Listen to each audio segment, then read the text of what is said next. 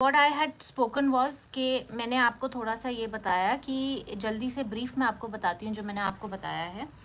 मैंने आपको ये बताया कि ज़रूरी नहीं है कि आप कोचिंग लें, ज़रूरी नहीं है कि आप अपने जॉब को छोड़ें, लेकिन आप क्वालिटी टाइम दें यूपीएससी को, जो भी आपका जिस समय भी मन करे।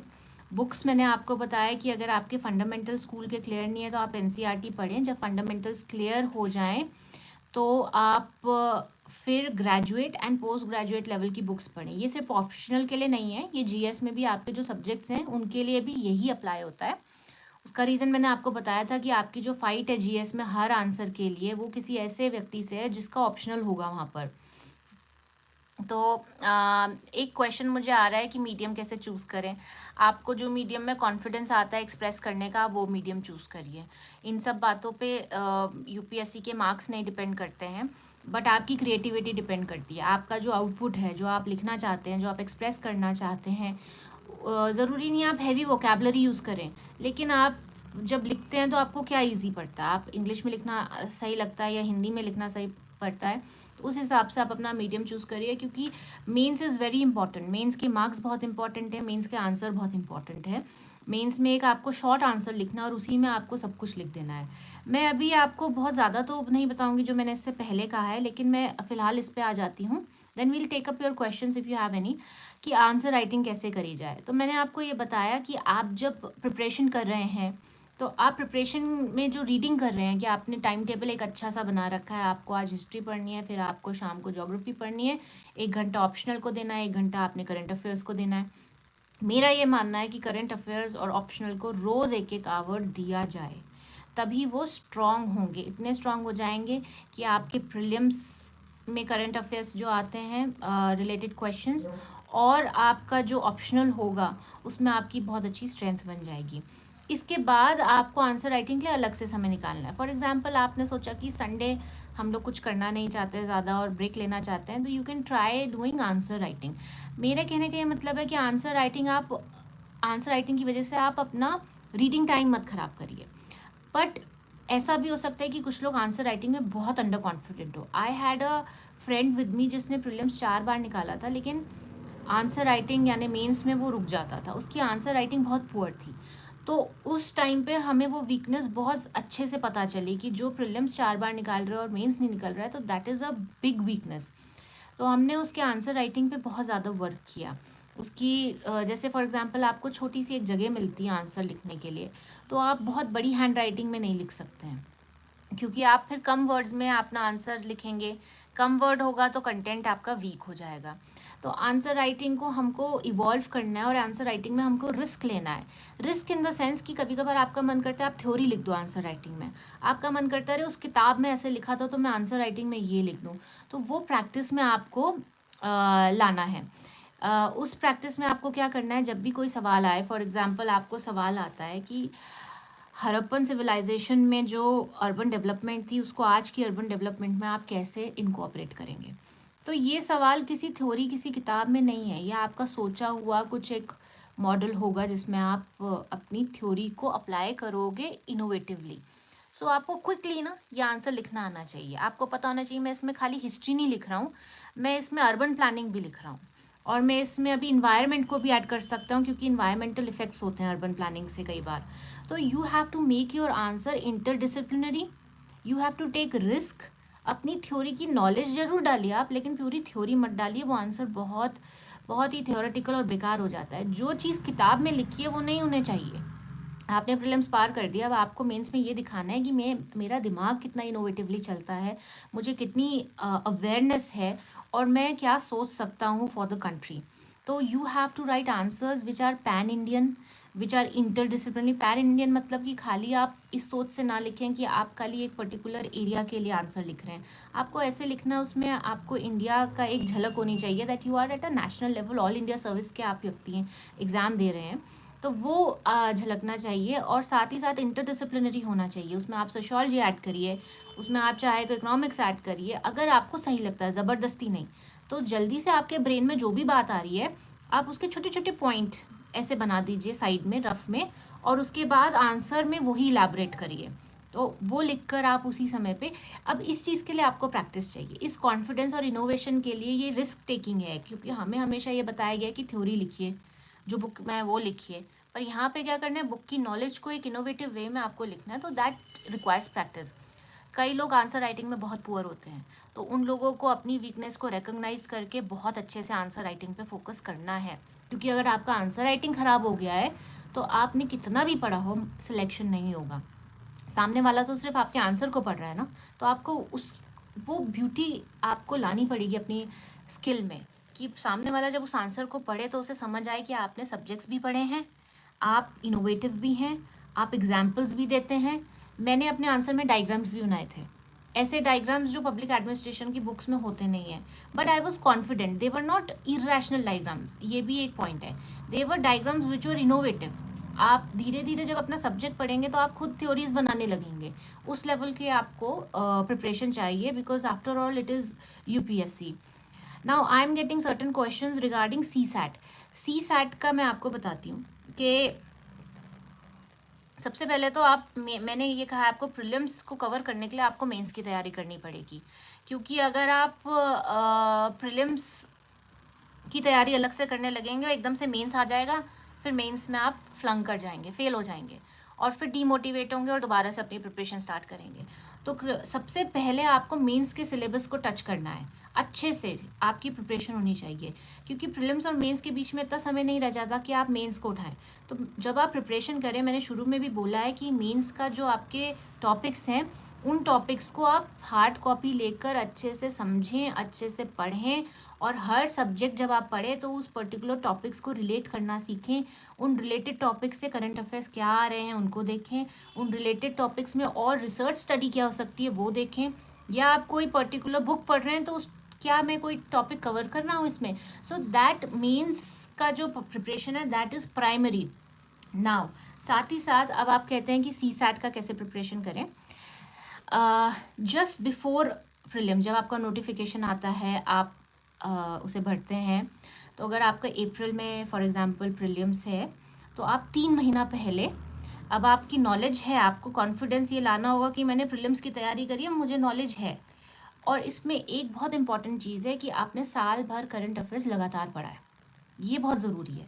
करंट अफेयर्स जैसे मैंने कहा, और अपना ऑप्शनल जो है रोज़ पढ़ें, चाहे 1-1 घंटा पढ़ें, आधा-आधा घंटा पढ़ें, don't miss it at all. It is the drug that is required for surviving in this preparation.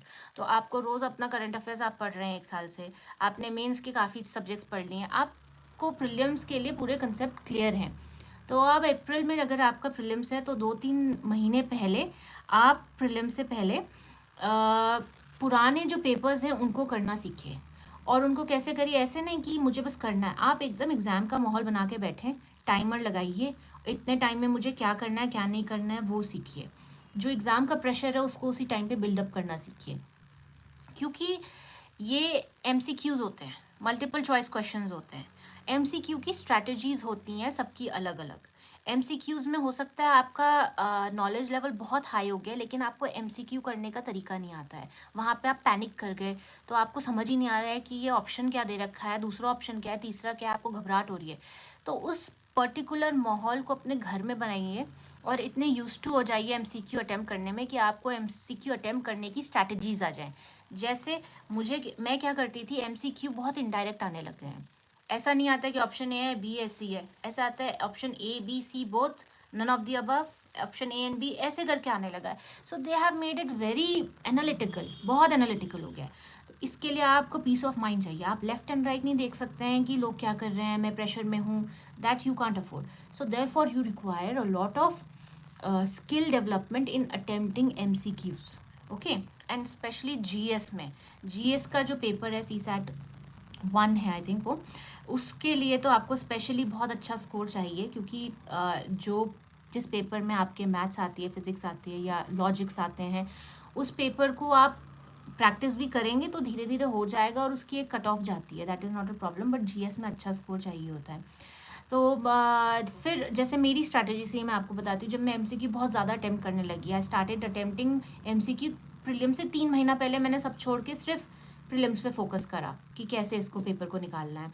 तो मैं MCQs अटेम्प्ट करते करते इस पे आ गई थी कि जैसे 4 ऑप्शन हैं, इसमें से एक ऑप्शन गायब कर दो, 3 ऑप्शन सही हैं, मतलब जो मुझे लगता है कि ऑप्शन हो ही नहीं सकता आंसर, फिर 3 ही ऑप्शन बचे आपके। उसके बाद आपको लग रहा है कि इन तीनों में से सबसे इम्पॉर्टेंट ऑप्शन मुझे ये लग रहा है नंबर 1, ये आंसर हो सकता है। तो इस तरीके से आप ना डिलीट कर के ऑप्शंस को MCQ की एक स्ट्रैटेजी बनाते हैं। कभी कभी आप MCQ की स्ट्रैटेजी ऐसे बनाते हैं कि आपने MCQ मार्क कर दिए सारे आंसर्स, अब आपको जिनमें डाउट है उनमें आप क्वेश्चन मार्क लगाते जाएं MCQs में, उनको आप बाद में अटेम्प्ट करेंगे। जिनमें आपको बिल्कुल डाउट नहीं है उनको आप कलर करते जाएं कि इसमें तो मैं परफेक्ट हूँ। फिर आप जल्दी से आधे टाइम में आप अपना पूरा MCQ पेपर देखकर जल्दी से वापस आते हैं, और फिर जिनमें आपने क्वेश्चन मार्क लगा रखे आप उनको दोबारा से अटेम्प्ट करना शुरू करते हैं, है ना। फिर कुछ ऐसे क्वेश्चन होंगे जो आपको बिल्कुल नहीं आते, आपको कोई आइडिया नहीं है, तो आप उसको कट कर सकते हैं। लास्ट में जो समय बचेगा उसमें आप उसको पूरी अटेम्प्ट करने की कोशिश करिए। MCQ में आपका हाई अटेम्प्ट बहुत ज़रूरी है। आप जितना ज़्यादा क्वेश्चंस को अटेम्प्ट करेंगे उतना आपके स्कोर के अच्छे चांसेस बनते जाएंगे, क्योंकि अगर आपकी प्रिपरेशन अच्छी है, मेंस के आपने सिलेबस पूरा पढ़ा है, करंट अफेयर्स आपने अच्छे से 1 साल पढ़े हैं, तो आपको वो सवाल बार आता होगा, कहीं ना कहीं आप उसे रिलेट कर सकेंगे, ये मेरा मानना है। तो लास्ट में जो सवाल ऐसे बचते हैं जिनमें आपने कुछ आपको लगता है कि मैं अटेम्प्ट ही नहीं कर सकता, उसको पढ़िए, उसको और पढ़िए जो टाइम बचेगा उसमें, और जब फाइनली आपको लगे कि हाँ ये टॉपिक उससे रिलेट होता है तो कोशिश करिए अटेम्प्ट करने की। ये ज़रूर हमेशा MCQ अटेम्प्ट करते हुए आपको ये आइडिया होना चाहिए कि मैं कितने अटेम्प्ट कर रहा हूँ, कितने छोड़ रहा हूँ, और कौन से ऐसे अटेम्प्ट हैं मेरे जो ख़राब चले जाएंगे। ये अपने माइंड में ना साइकोलॉजिकली आपको याद रखना होगा। आप पेपर में ही कहीं हल्का सा लिख सकते हैं, क्योंकि 24 मैंने जो अटेम्प्ट करे हैं वो बिल्कुल सही हो सकते हैं। फिर उसमें आप लिख सकते हैं 20 ऐसे हैं जो 50-50 है, जिसको मैंने बहुत सोच समझ के करा है, और 5 ऐसे हैं जो बिल्कुल नहीं आते। तो इस तरीके से आप एक बेसिक आइडिया अपने पेपर में लिखते रहिए। ये उस समय आप जाके करेंगे ना, नहीं हो पाएगा। इसीलिए आपको घर पे 3 महीनों में इसकी प्रैक्टिस करनी है कि क्या मुझे MCQ कैसे अटेम्प्ट करना है, क्योंकि MCQ अब सिर्फ नॉलेज नहीं है, it's about time. you have to be fast, you have to be you have to adapt yourself in the strategy of attempting MCQs. So this is for prelims. मेरी यही तैयारी थी। अगर आपको कुछ एक्स्ट्रा लगता है तो प्लीज़ आप उसमें ज़रूर ऐड करिएगा, बट मेरा ये मानना है कि ऐसे मत करिए कि 1 साल आप प्रीलिम्स की तैयारी कर रहे हैं। आई एम गेटिंग अ क्वेश्चन जिसमें somebody saying that डिप्रेस रहते हैं एज की वजह से, ग्रेजुएशन एंड ऑल दैट। मैं यही कहूँगी, देखिए प्रिपरेशन में डिप्रेशन आता है, नेचुरल है, और अभी तो इन्होंने ये लिखा है कि फर्स्ट अटेम्प्ट ही इन्होंने फेल किया है और 5 साल का गैप हो गया। कोई दिक्कत की बात नहीं है, पर मैं ये कहूँगी अभी अटेम्प्ट जल्दी से मत दीजिएगा, है ना, क्योंकि आपके फर्स्ट अटेम्प्ट से मुझे ऐसा लगता है आपने 5 साल का गैप लिया, फिर आपको डिप्रेशन हुआ। प्लीज़ आप जल्दी से अटेम्प्ट मत दीजिएगा, बट आप पूरा प्रिपेयर होके। मैंने ऐसा किया था, मैं 2011 में मैंने सोचा था कि 14 का एग्ज़ाम दूंगी, और 12-13 मैंने पूरी प्रिपरेशन करी, 12-13 प्रिपरेशन करी और 14 का एग्ज़ाम दिया, क्योंकि मुझे भी ये पता था कि अगर मैं फ़ेल होती जाऊंगी तो मेरा एक डिप्रेशन का लेवल आ जाएगा, जिसको फिर काउंटर करना बड़ा मुश्किल होता है। तो अब आपका 5 साल का अगर गैप आ गया तो आप प्लीज़ अच्छे से प्रिपेयर करिए, 1-1.5 साल अच्छे माहौल में प्रिपेयर करिए, खुश रहिए। अगर आपको घर में कोई कमरा नहीं मिलता, स्पेस नहीं मिलता, तो आप अलग से एक जगह लीजिए, लेकिन ऐसी जगह प्रिपेयर करिए जहाँ आप अपने आप में कमरे में अपने बुक्स के साथ टाइम स्पेंड कर सकें। ठीक है, एक अच्छा सा एनवायरनमेंट बनाइए अपने रूम में जहाँ पर आप बुक्स पढ़ने के लिए खुश हों। आप ये ना सोचें कि मैं कंपटीशन में हूँ, आप बस ये सोचें कि मुझे पढ़ना है, मुझे अपनी नॉलेज इंप्रूव करनी है, मेरे पे एक टास्क है, उस टास्क को मैंने बहुत ब्यूटीफुली निभाना है ना। और अगर ज़्यादा डिप्रेशन आता है तो आजकल बहुत सारे हेल्प्स भी होते हैं, तो आप ऑनलाइन हेल्प ले सकते हैं, कुछ काउंसलिंग ले सकते हैं, इसमें कोई शर्म की बात नहीं है, सबके साथ ये चीज़ें होती हैं। But you have to keep your mental state very strong, keep your mental state very strong. आप उन लोगों से कॉम्पीट कर रहे हैं जो शायद IRS IPS बनने के बाद सिर्फ IAS बनने के लिए दोबारा एग्ज़ाम दे रहे हैं। तो आपको अपना मोराल बहुत हाई रखना है, आप में कोई कमी नहीं है, आपकी प्रिपरेशन बहुत अच्छी है, और अपने आप पे यकीन करिए, मेरा ये कहना है। NCERT बुक्स जो हैं, सवाल आ रहा है ओल्ड या न्यू। मैं आपको सही बताऊं तो मैंने नई किताबें अभी पढ़ी नहीं है, तो मुझे ज़्यादा पता नहीं है, बट हाँ हिस्ट्री की कुछ नई किताबें मैंने पढ़ी थी। देखिए किताब आप अगर आपने एनसीईआरटी की ओल्ड और न्यू देखी हैं, आपको जिससे बेटर कंसेप्ट समझ आए। It is not about fact. आप इस फैक्ट पे मत जाइए कि कौन से साल में किसने क्या किया था, ये छोड़ दीजिए। जिस चीज़ से आपको ज़्यादा अच्छे से okay, can you hear me? One thumbs up if you can hear मी।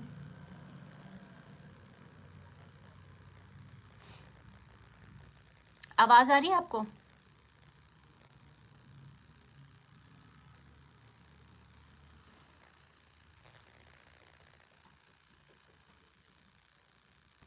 या अगर आप 2023 के मेंस की तैयारी कर चुके हैं 22 में, तो अब आप प्रीलिम्स के लिए बैठ जाइए। I think so. ये these are the questions that I am picking up. Okay, there is a question कि मिस्टेक्स क्या क्या हो सकती हैं यूपीएससी में। देखिए, मिस्टेक ये हो सकती है कि समय कम होता है और उस समय को हमने उन चीज़ों में यूज़ कर लिया, उस पढ़ाई में कर लिया यूज़ जिस जो हमें ज़्यादा यूटिलाइजेशन जिसका है नहीं। जैसे मैंने अभी भी आपको बोला है कि बैठने से पहले अपनी स्ट्रेंथ और वीकनेसेस सच्चाई से लिखिए। आप अपनी स्ट्रेंथ में अगर ज़्यादा समय देंगे तो आप अपनी वीकनेस ने को नहीं कवर कर पाएंगे। आपको अपनी वीकनेस को भी अच्छे से कवर करना है। तो वो एक मिस्टेक हो सकती है। कभी कभार हमें मन करता है कि अरे मेरा तो ज्योग्राफी बड़ा अच्छा है, मुझे ज्योग्राफी पढ़नी है। आप सुबह शाम वही पढ़ रहे हैं, ऑप्शनल भूल गए, करंट अफेयर्स भूल गए। टाइम मैनेजमेंट, टाइम टेबल नहीं बनाया आपने, वो एक बहुत बड़ी मिस्टेक है। अपनी वीकनेसेस पे फोकस नहीं किया। होता क्या है यूपीएससी में कि आपके फॉर एग्जांपल जनरल स्टडीज़ के पेपर है, आप किसी पेपर में ये नहीं सोच सकते कि मैं टॉप करूंगा और दूसरे पेपर में मार्क्स कम आ जाएंगे। आप ये सोच के चलिए कि मुझे हर पेपर में एक एवरेज नंबर लाना ही पड़ेगा, तब जाकर आपका एक स्कोर बनेगा। तो कुछ पेपर्स ऐसे होंगे जिसमें साइंस एंड टेक्नोलॉजी ज़्यादा आती है और आपने वो आपकी वीकनेस है, उस पेपर में आप अफोर्ड नहीं कर सकते कि आपके बहुत कम नंबर आ जाएं। तो please it is my request कि उन पेपर्स को आप पहले अच्छे से करिए। उनको इतना पढ़िए चाहे आपको समझ आए या ना आए, किसी भी तरीके से उनको इतना पढ़िए कि वो आपके एक हैबिट में आ जाए, आपको लगे नहीं यार it is simple. So don't be afraid of any subject, don't be afraid of any paper. जो आपको वीकनेस लगता है आप उसको रिपीटेडली प्रैक्टिस करके उसको अपनी स्ट्रेंथ तक लेकर आइए। राइट। 2026 की आपको प्रिपरेशन करनी है, एक सवाल आया है, तो मैं यही कहूँगी आप पे बहुत अच्छा समय है इस समय पे। तो मैंने शुरू से एक आपको स्ट्रेटजी बताई है कि आप सबसे पहले अपने फंडामेंटल्स क्लियर करिए। जब आपके फंडामेंटल्स क्लियर हो जाएं या अगर आपके फंडामेंटल ऑलरेडी क्लियर हैं तो उसको बस रिवाइज कर लीजिए। फिर आप graduation and post graduation level के बुक्स उठाइए। ये ऑप्शनल की बात नहीं कर रही हूँ मैं, जनरल स्टडी के भी जो आपके सब्जेक्ट्स हैं उनमें भी आपको ग्रेजुएशन पोस्ट ग्रेजुएशन लेवल का पढ़ना पड़ेगा, तभी जाकर आपकी एक स्किल बनेगी। मैंने एग्जांपल दिया था कि आप एक हिस्ट्री का क्वेश्चन अटेम्प्ट कर रहे हैं जनरल स्टडीज़ में, आपके बगल वाला ऑप्शनल है हिस्ट्री का, वो भी अटेम्प्ट कर रहा है, तो अब आप बताइए नंबर किसे ज़्यादा मिलेंगे? उसी को मिलेंगे ना। तो इसीलिए आपको एक ग्रेजुएट पोस्ट ग्रेजुएट लेवल का प्रिपरेशन करनी पड़ेगी। वो आपके लिए ही अच्छा होगा बहुत, और आपके आंसर राइटिंग को बहुत इम्प्रूव करेगा। तो वो स्टार्ट करिए। बहुत ज़्यादा किताबें मत पढ़िए, हर सब्जेक्ट की एक दो किताब रखिए। जैसे मॉडर्न हिस्ट्री की एक किताब, एंशंट की एक किताब, इस तरीके से नेशनल मूवमेंट की एक किताब, एक एक किताब रखिए। बहुत लंबे नोट्स मत बनाइए, बुक्स में ही अपने नोट्स बनाइए, बुक्स को ही अपना नोट्स मानिए। जब आपको याद करना हो तो वापस उस बुक में जाइए। कितनी बार आप उस बुक को इतनी बार रेफ़र करते हैं कि आपके ना दिमाग में एक विजुअल मेमोरी होती है, वो पेज छप जाता है कि उस पेज में मैंने राइट साइड में ये लिखा था। तो वो आपको प्रैक्टिस करनी है। आप 10 बुक्स को देखेंगे ना, आपको कोई भी बुक याद नहीं होगी। आप एक बुक को बार बार पढ़ेंगे और देखेंगे और वहीं अपने नोट्स बनाते जाएंगे, छोटे छोटे पन्ने लगाते जाएंगे कि ये नोट्स हैं, तो आपको वो विजुअली भी याद होने लगेगा। आप बहुत कंफर्टेबल हो जाएंगे उस बुक से। तो बहुत लेंदी नोट्स ना बनाएं, कहीं आप अपनी खुद की एक किताब लिख दें। आप देखेंगे जब आप मेंस पे बैठेंगे आपको रिवाइज करने का टाइम नहीं मिलेगा। इनफैक्ट आपको मैं बताऊं कि यूपीएससी का सिलेबस इतना ज़्यादा है कि रिविजन में टाइम वेस्ट ना करके आप और टॉपिक्स कवर करिए। तो जो टॉपिक आप आज पढ़ रहे हो, फॉर एग्जांपल आज आप नेशनल मूवमेंट पढ़ रहे हैं और उसमें आप कुछ पर्टिकुलर 5 ईयर्स कवर कर रहे हो नेशनल मूवमेंट के, फॉर एग्जांपल लॉर्ड कर्जन का टाइम आप पढ़ रहे हो, आप इस हिसाब से पढ़िए कि मैं इसको दोबारा नहीं पढ़ पाऊँगा क्योंकि यूपीएससी का इतना बड़ा सिलेबस है। तो आज आप लॉर्ड कर्जन वाले टॉपिक को पूरा क्लियर कर लीजिए, क्या हुआ था, कैसे हुआ था, और फिर किसी दिन याद आए तो दोबारा किताब देख लीजिए, बट कभी अटेम्प्ट ये मत करिए कि 1-2 महीना बैठ के मैं रिवाइज़ करूँगा। उस 2 महीने में आप ये सोचिए कि आपको और टॉपिक्स कवर हो सकते हैं। उसमें ऐसे-ऐसे टॉपिक्स यूपीएससी में आते हैं कि आप, कुछ ऐसे होते हैं जो आपने बस लास्ट मोमेंट में पढ़े थे वो टॉपिक। तो इसलिए मेरा मानना ये है कि टॉपिक्स कवर करते जाइए, पीछे मुड़ के मत देखिए। इसीलिए जब आप बैठ रहे हैं और कोई टॉपिक क्लियर कर रहे हैं, उसको ऐसे करिए जैसे once in a lifetime है ये, इतने शिद्दत से उस टॉपिक को कवर करिए, ठीक है। These are the things. अभी मैं आपको थोड़ा सा ये बताऊंगी, हालांकि इंटरव्यू के लिए बहुत जल्दी है, लेकिन फिर भी मैं आपको ये कहना चाहूँगी कि इंटरव्यू अगर आपने प्री निकाल लिया है, मेंस निकाल लिया, तो आप इंटरव्यू में अब कोई आपकी नॉलेज को टेस्ट नहीं कर रहा है, क्योंकि उन्हें पता है कि ये व्यक्ति प्री और मेंस निकाल के आए हैं। So they know that they are the people who have learned everything and they have studied books and they are intellects and they are the cream of the society, क्योंकि interview में बैठे हैं। तो अभी आपको यहाँ पर क्या करना है, आपको अपनी पर्सनैलिटी को कैसे दिखाना है सामने वाले को। आपका एक करिकुलम उनके पास जाएगा जिसमें आप एक पर्टिकुलर स्कूल से पढ़े होंगे, आपने एक पर्टिकुलर जॉब करी होगी, आपकी कुछ हॉबीज़ होंगी। आपकी हॉबी है तो ठीक है, नहीं है तो अभी से डेवलप कर लीजिए। जो आपको पसंद है उसको, उस हॉबी को आप परस्यू करना शुरू करिए साथ साथ। कई लोग होते हैं जिनकी कोई हॉबी नहीं होती, वो सब कुछ करते हैं लेकिन कोई हॉबी ऐसे डिटेल में नहीं होती है ना। सच्चाई बहुत ज़रूरी है इंटरव्यू के लिए। तो आप लास्ट मोमेंट में अपनी हॉबी पिक करके मत लिख दीजिए और फिर उसको आप बुक से पढ़ रहे हैं या ऑनलाइन पढ़ रहे हैं कि ये हॉबी क्या होती है। नहीं, आपको जो पसंद है, फॉर एग्जाम्पल आपको पसंद है कुकिंग, या आपको पसंद है कुछ पर्टिकुलर काइट फ्लाइंग, राइट। तो काइट फ्लाइंग कोई टेक्निकल चीज़ नहीं है, कुकिंग भी कई लोगों को पसंद आ सकती है। तो ऐसा नहीं कोई hobby out of the box हो। तो अभी से उन हॉबीज़ को आप सिलेक्ट कर लीजिए, उस पर हल्का हल्का काम करते रहिए। जब आपको फ्री टाइम मिले अपने हॉबी पे काम करिए। तो वहाँ पे जो सच्चाई निकल के आती है इंटरव्यू में, क्योंकि वहाँ पे एक से एक दिग्गज बैठे होते हैं पैनल में, तो वहाँ पे you can not fake, you can not show that I know this and you are faking it out, no. So you don't lie there. At least आप अपनी एक सच्चा करिकुलम रखते हैं वहाँ पे। अपनी पर्सनालिटी पे वर्क करना शुरू करिए, किस तरीके से आपको बात करनी है, किस तरीके से अपने एक्सप्रेशंस को एक पॉजिटिव वे में रखना है।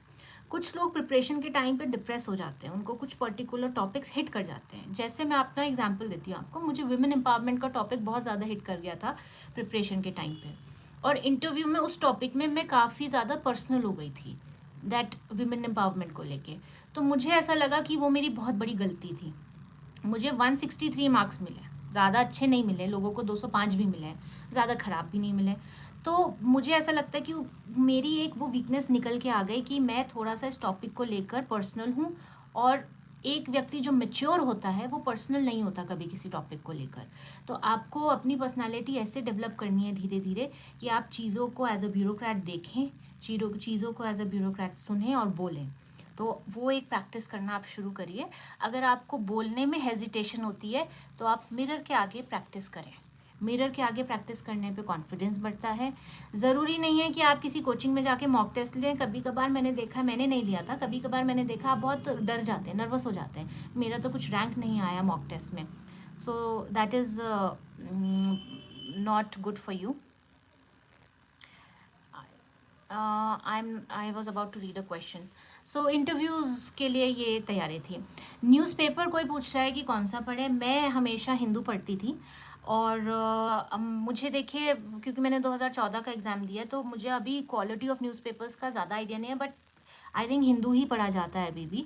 और मैंने आपको बताया है कि जब आप हिंदू या कोई भी न्यूज़पेपर पढ़ें तो न्यूज़पेपर की जो टॉपिक है, हेडलाइन पे मत जाइए, फैक्ट पे मत जाइए, फिगर पे मत जाइए। फॉर एग्जांपल बजट आया अभी रिसेंटली, तो आपको ये याद करने की ज़रूरत नहीं कितना पैसा किस में लगा, क्या लगा, ये लगा, नो। कंसेप्ट, बजट क्या है, ये बजट वर्ड है नहीं है, ये फाइनेंशियल स्टेटमेंट कहलाई जाती है। अगर आप पॉलिटिकल साइंस में जाएं तो बजट वर्ड ही नहीं है। तो आप क्या करो, इसका पूरा थ्योरेटिकल जो है वो एक बुक से पढ़ो, है ना। वो काफ़ी चीज़ें क्लियर हो जाएंगी। What is budget? It's actually a financial statement. What is a financial statement? क्या क्या होता है इसमें, किस किस तरीके की चीज़ होती है, तो उसका थ्योरी क्लियर करो। उसके बाद जो आज अभी बजट आया है, उस बजट के आप हाइलाइट्स को समझिए कि क्या अगर इनकम टैक्स में कोई रिबेट दी गई है तो उसका क्या असर होगा। हमें ये नहीं जानना है कि इतने लाख की रिबेट हुई है, इतने परसेंटेज की हुई है, ये स्लैब आई है। हमें ये जानना है कि उसका असर क्या होगा। एक सिंपल वे में आप कैसे उस चीज़ को रख सकते हैं, आपका कंसेप्ट क्लियर होना चाहिए कि आखिर बजट आ क्यों रहा है, it is for the economy, right?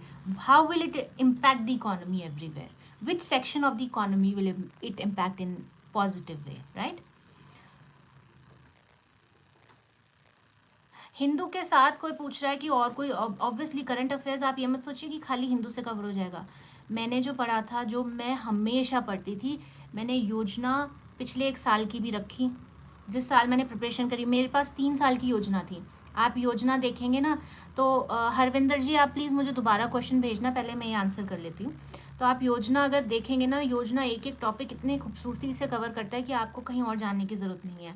For example अगर योजना हाउसिंग पे कोई टॉपिक लेके आता है, तो आपको हाउसिंग पे सारी स्कीम्स, उन स्कीम्स के प्रोज एंड कॉन्स और सब कुछ आपको उसमें मिल जाएगा, तो आपको फिर कुछ कवर करने की ज़रूरत नहीं है। कुरुक्षेत्र भी एक बहुत अच्छी मैगजीन है। पीआईबी ज़रूर देखिए। पीआईबी को जब आप देखते हैं, ये साइट है इंफॉर्मेशन ब्यूरो की, जब आप इसकी पब्लिकेशन सारा देखते हैं तो आपको पता चल जाता है कि कौन से टॉपिक गवर्नमेंट जो है इस समय हाईलाइट कर रही है। वही टॉपिक आपके से पूछे भी जा सकते हैं, क्योंकि जो पॉलिसीज़ गवर्नमेंट हाईलाइट कर रहे हैं उस पॉलिसी का सिटीज़न पे इम्पैक्ट होगा। सो that is current affairs, right? तो आप इस तरीके से करंट अफेयर्स कवर करिए और रोज़ करंट अफेयर पढ़िए, every day. It will become your strength. Current affairs में भी एक चीज़ ध्यान रखिएगा, economy, nation, international. International current affairs कुछ लोग छोड़ देते हैं क्योंकि उन्हें समझ नहीं आता है। आपको नहीं समझ आता, आप ज्योग्राफी का एक मैप लीजिए, देखिए कि ये कंट्री कहाँ है जिसके बारे में बात हो रही है, ठीक है? रशिया यूक्रेन है, आप बॉर्डर्स देखिए, उनके उनके बारे में देखिए, उनकी नेचुरल रिसोर्सेज देखिए, फिजिकल मैप देखिए उनका, और उसके बाद उसको पढ़िए, आप बहुत इन्जॉय करेंगे। तो करंट अफेयर्स को खाली मत पढ़िए, उसको सब्जेक्ट से रिलेट करके पढ़िए। हरविंदर जी आपका सवाल मिस कर गई थी मैं, बताइए।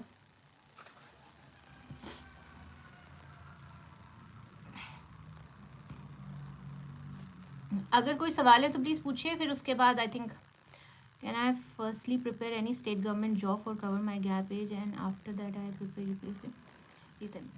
हरविंदर जी आपका कॉन्फिडेंस लो लग रहा है। You don't have to prepare for any job when you are preparing for UPSC. When you prepare for UPSC, अपने आप आपकी स्टेट गवर्नमेंट की जॉब्स प्रिपेयर हो जाती हैं। मैंने यूपीएससी की प्रिपरेशन ऐसे करी थी जैसे मैंने आपको बताया, मेंस की एक सॉलिड प्रिपरेशन करी। मैंने Uttarakhand PCS, MP PCS, Rajasthan PCS, mains में मैंने बहुत अच्छा परफॉर्म किया है, बहुत अच्छा। इंटरव्यू तक इसलिए नहीं गए क्योंकि फिर मेरा यूपीएससी क्लियर हो गया था, तो उसमें इंटरव्यू पे मैं जा ही नहीं पाई, I was here. So please don't think कि मैं पहले अपनी एक कोई जॉब सिक्योरिटी बना लेता हूँ फिर ये कर लेता हूँ। मेरे हिसाब से आप सब कुछ प्रॉब्लम्स, इश्यूज और क्राइसिस भूल के, अगर आप डेडिकेटेड हैं, अगर आपको ऑफिसर बनना है, भूल कर आप रिस्क लीजिए। There is no plan B, it's only UPSC when you are preparing for it. आपको भी पता है कि कितना रेप्यूटेड एग्ज़ाम है और इसके बाद आप कितनी बड़ी एक पोस्ट पे आते हैं। तो please don't go for plan B. लोग, सबको प्रॉब्लम है एज की, और सबको प्रॉब्लम है कि मैं कमा नहीं रहा हूँ, मेरे साथ वाले आगे बढ़ रहे हैं। उन सब बातों को आपको मेंटली डील करना है, क्योंकि जब आप फील्ड में आएंगे तो उससे बड़ी बड़ी बातें होंगी जिनको आपको डील करना होगा। So this is the preparation.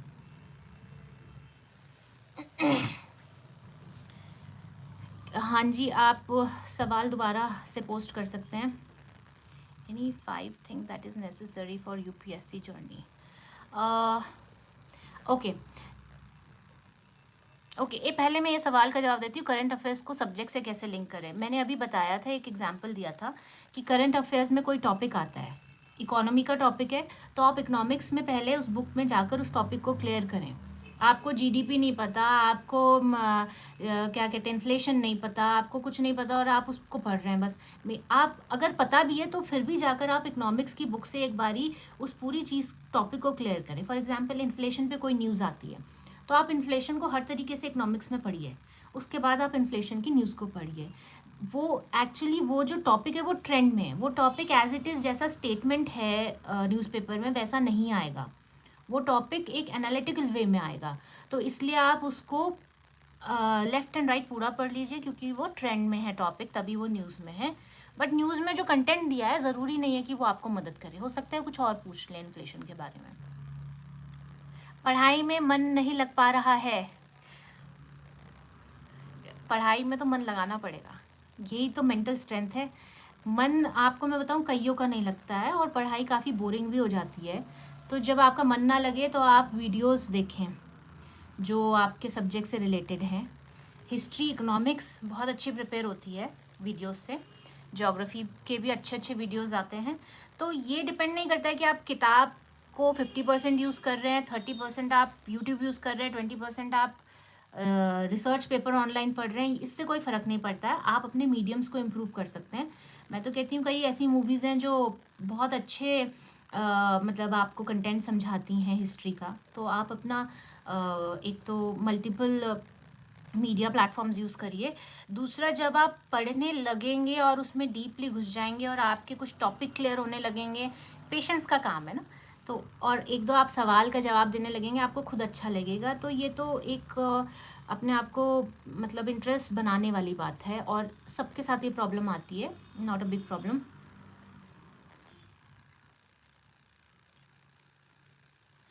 अच्छा, पूरी जर्नी में अगर आपको मुझसे जुड़ना है, देयर इज़ अ क्वेश्चन, तो आप मेरे इंस्टा पे मुझे फॉलो भी कर सकते हैं और मैसेज भी दे सकते हैं, और मैं पूरी कोशिश करूँगी। इंस्टा है मेरा Rachita jewel @official, Rachita jewel official है इंस्टा मेरा। तो आप उस पर मुझसे जुड़ सकते हैं, सवाल पूछ सकते हैं। मैं यूपीएससी टाइम से भी रिक्वेस्ट करूँगी, हम दोबारा एक सेशन करेंगे। ऑप्शनल को चूज़ कैसे करें? ऑप्शनल को आप ऐसे चूज़ करें कि आपका जिस सब्जेक्ट में इंटरेस्ट हो, जिसको आप बार बार पढ़ सकते हो, रोज़ पढ़ सकते हो। मैंने आपको जो स्ट्रैटेजी बताई उसके बारे में मैं बहुत स्ट्रिक्ट हूँ। मैं आपको कभी नहीं कहूँगी कि आप अपना ऑप्शनल और करंट अफेयर्स रोज़ ना पढ़ें। रोज़ अपना ऑप्शनल और करंट अफेयर्स पढ़िए। तो अब आप रोज़ किस चीज़ को पढ़ सकते हैं जिसमें आपका इंटरेस्ट है। अगर आपने पोस्ट ग्रेजुएशन करा है, पोस्ट ग्रेजुएशन करा है, और आपका एक सब्जेक्ट है, लेकिन आपको लगता है कि यूपीएससी के लायक मेरा इंटरेस्ट नहीं है इसमें, तो ड्रॉप कर दीजिए, कोई बड़ी बात नहीं है। ज़ीरो से आप सब्जेक्ट स्टार्ट करिए, लेकिन बड़ी बात क्या है कि आपका इंटरेस्ट कितना है किसी सब्जेक्ट में। कुछ लोग मुझे कहते हैं यार मेरा ज्योग्राफी पढ़ने का बहुत मन है, मैंने आज तक ज्योग्राफी नहीं पढ़ी। वो जो मन है ना ज्योग्राफी पढ़ने का, उसी मन से आप ऑप्शनल पढ़ भी लेते हैं, उसको समझ भी लेते हैं, और थ्योरेटिकल ना करके उसको एक मज़े मज़े में आपका ऑप्शनल स्ट्रॉन्ग हो जाता है। So whichever subject interest you the most is the subject you should go for. What is the difference between real and real life of an IPS officer? Ma'am, spectrum for modern history and Lakshmikant polity. Spectrum for modern history is really nice, but Laxmikanth से थोड़ा ऊपर उठिए। लक्ष्मीकांत के अलावा भी मैं कहूँगी कि आप कोई एक ऐसी बुक उठाइए जो पोस्ट ग्रेजुएशन ग्रेजुएशन लेवल पे किसी कॉलेज में अप्लाई होती है और आपको भी ऑथर ढंग से समझ आ जाए। एक अग्निहोत्री हैं, वी के अग्निहोत्री हैं, उनकी किताब मुझे हिस्ट्री की बहुत अच्छी लगती है। वैसे जो खुल्लड़ हैं ज्योग्राफी के लिए, दैट इज़ वेरी नाइस। तो ये कुछ अच्छी किताबें भी हैं। मॉडर्न हिस्ट्री के अलावा मैं ये कहूँगी कि स्पेक्ट्रम के अलावा आप मॉडर्न हिस्ट्री में कुछ पर्टिकुलर ऑथर्स भी पढ़ सकते हैं, जैसे रामचरण गुहा आप पढ़ सकते हैं। और मॉडर्न हिस्ट्री में तो बहुत अच्छे अच्छे सीरीज़ बने हुए हैं और मूवीज़ बनी हुई हैं, उनको भी देखिए, बहुत अलग अलग तरीके से आपको समझ आने लगेगी वो। ओके, आई थिंक काफ़ी सवाल हो गए हैं, and thank you so much for joining in, and in case you have more questions please post the questions. I will follow this link also. Prelims की टेस्ट सीरीज आपको जो भी authentic लगे उनको लगा लीजिए, कोई दिक्कत नहीं है। जितना करेंगे उतना कम है प्रीलिम्स के लिए। प्रीलिम्स में जो आप टेस्ट सीरीज करते हैं, मैंने कहा कि 2 महीने पहले प्रीलिम्स है, 3 महीने पहले प्रीलिम्स से आप टेस्ट सीरीज स्टार्ट कर दीजिए, तो आपको जो मिले वो कम पड़ जानी चाहिए, इतनी टेस्ट सीरीज करिए।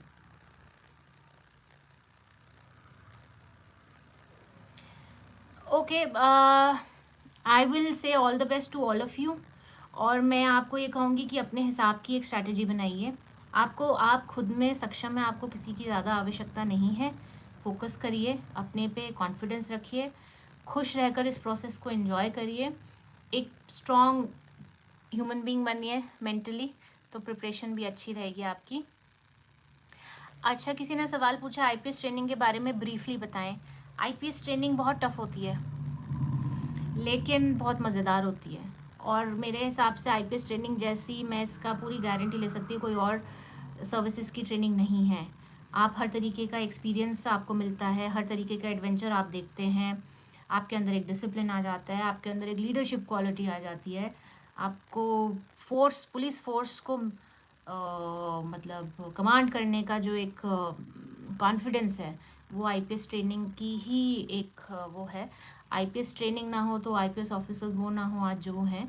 सो मैं अपने नेशनल पुलिस एकेडमी को बहुत प्यार करती हूँ, और कोई भी जो वापस जाता है अपनी एकेडमी किसी छोटे मोटे कोर्स के लिए, वो उन दिनों को याद करता है। It's a very tough training, but it is so important for us, because जब आप फील्ड में आते हैं एज एन आईपीएस ऑफिसर, तब आपको समझ आता है कि उस ट्रेनिंग ने ही आपको बनाया है जो बनाया है, और उसी की वजह से आपके अंदर ये कॉन्फिडेंस और लीडरशिप है। So you enjoy all the adventure. आप स्विमिंग करते हैं, हॉर्स राइडिंग करते हैं, बेस्ट फैसिलिटी जो है, इंटरनेशनल स्टैंडर्ड की एकेडमी है, बेस्ट फैसिलिटीज़ आपको मिलती हैं, और बहुत अच्छे अच्छे स्पीकर्स आते हैं, बड़े बड़े politicians, administrators, strategist, thinkers, writers से आपका इन्वॉल्वमेंट होता है। सो एकेडमी आप जिस दिन पहुंच गए उस दिन आपको कोई दिक्कत नहीं आएगी। बस ये है कि आपको एकेडमी में काफ़ी अपने पे काम करना पड़ेगा, जिससे आप एक बहुत अच्छे अधिकारी बने। मैं आप सबको बेस्ट विशेस देती हूँ और प्रे करती हूँ कि आप सभी यूपीएससी का जर्नी बहुत अच्छा रहे, और आप सभी किसी दिन इन सेवाओं में आएँ और आगे देश के डेवलपमेंट में कंट्रीब्यूट करें। Thank you so much, and we will keep in touch.